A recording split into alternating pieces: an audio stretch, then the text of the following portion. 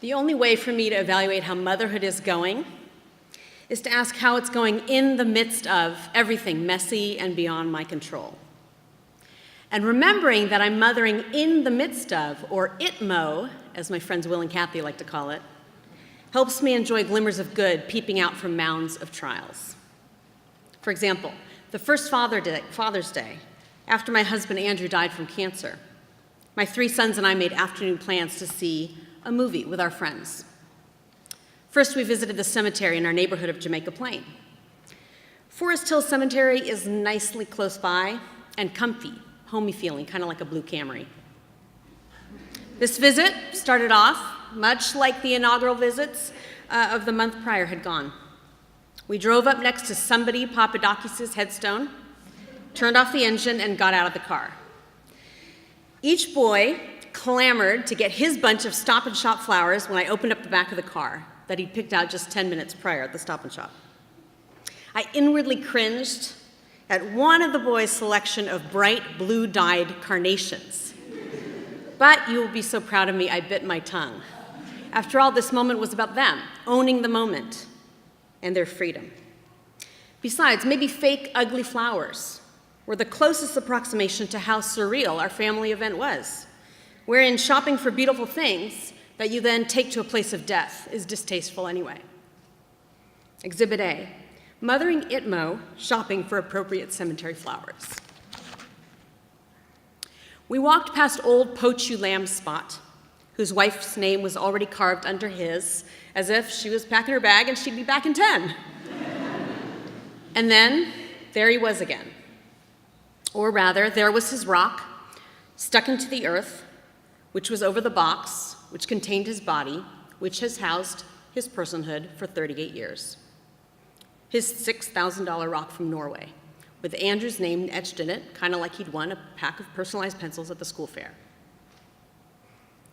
The boys and my routine was pretty simple. Our structured activity basically consisted of a Colombian tradition we'd learned from our neighborhood florist, Daniel, who with his husband Jeb had supplied the memorial service flowers. You removed just the petals from each stem and then you scattered them atop the gravesite, sometimes in designs. This practice helped because then the boys had something to do instead of just stand there and stare at that horrible number on the headstone, 2010, which shouted the end of their normal life. I watched them that day, ripping and dropping petals down as they read the headstone aloud. I wondered again what feeling words were going through their minds. That this was sad, confusing, fucking insane. Before I could gather us for a moment of saying or praying something, my oldest, who was 8, decided to hoist a leg onto the flat top of Andrew's headstone. And then there he was, standing on top of it, arms in the air, yelling and whooping. The other 2 boys looked up mid-petal dropping. My deliberate son had decided to rip each petal in half, so he still had something like 1,384 petals to go. And they laughed. And then I couldn't help it, I burst out laughing too. My son on the stone did a little jig and he whooped again. I half worried that there were other families visiting lost fathers near us, not wanting to bother anyone by this absurd and loud scene. I glanced around, but thankfully saw no one.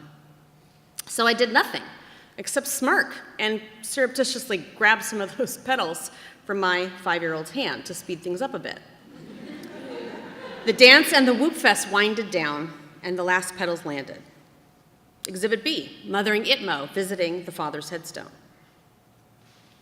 Right as we left the spot, the skies erupted in a torrential downpour. So my friend and I yelled on the phone to each other, calling off the movie plans, not sure we could safely drive to the theater.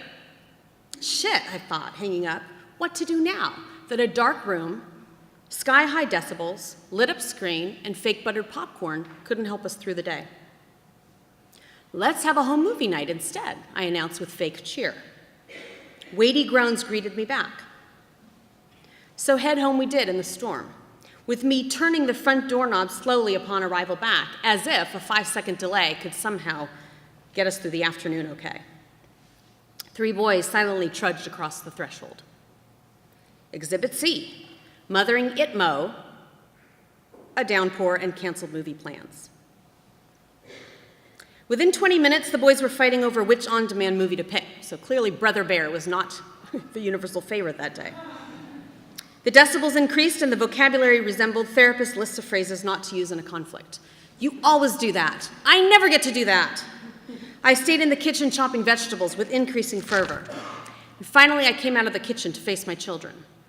Unfortunately, and very unintentionally, I still had my chef's knife in hand, which I'm sure scared the daylights out of them. I yelled at them about fighting, not helping clean up for movie night, and for bonus, threw in the fact that you will have more chores now that Dad's not here. All three boys dissolved into racking sobs. I returned to the kitchen shaking. My boys lost their nice parent, I couldn't help but think, and now they're stuck with me, yelling at them on their first Father's Day without a father. And suddenly it hit me, as concretely as my son dancing on top of the headstone. No one else was going to facilitate the picking of the Father's Day movie. No one else but me could walk back into that living room to comfort them, albeit, hopefully this time without a kitchen knife in her hand. And so, nice parent or not, the job was mine to step up. And Brother Bear or another flick it would be, with my help. Exhibit D, mothering ITMO screwing up.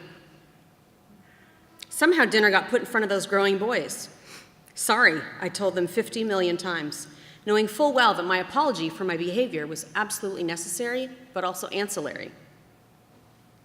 The Father's Day clock mercifully turned to bedtime, and we awoke the next morning having somehow survived the day.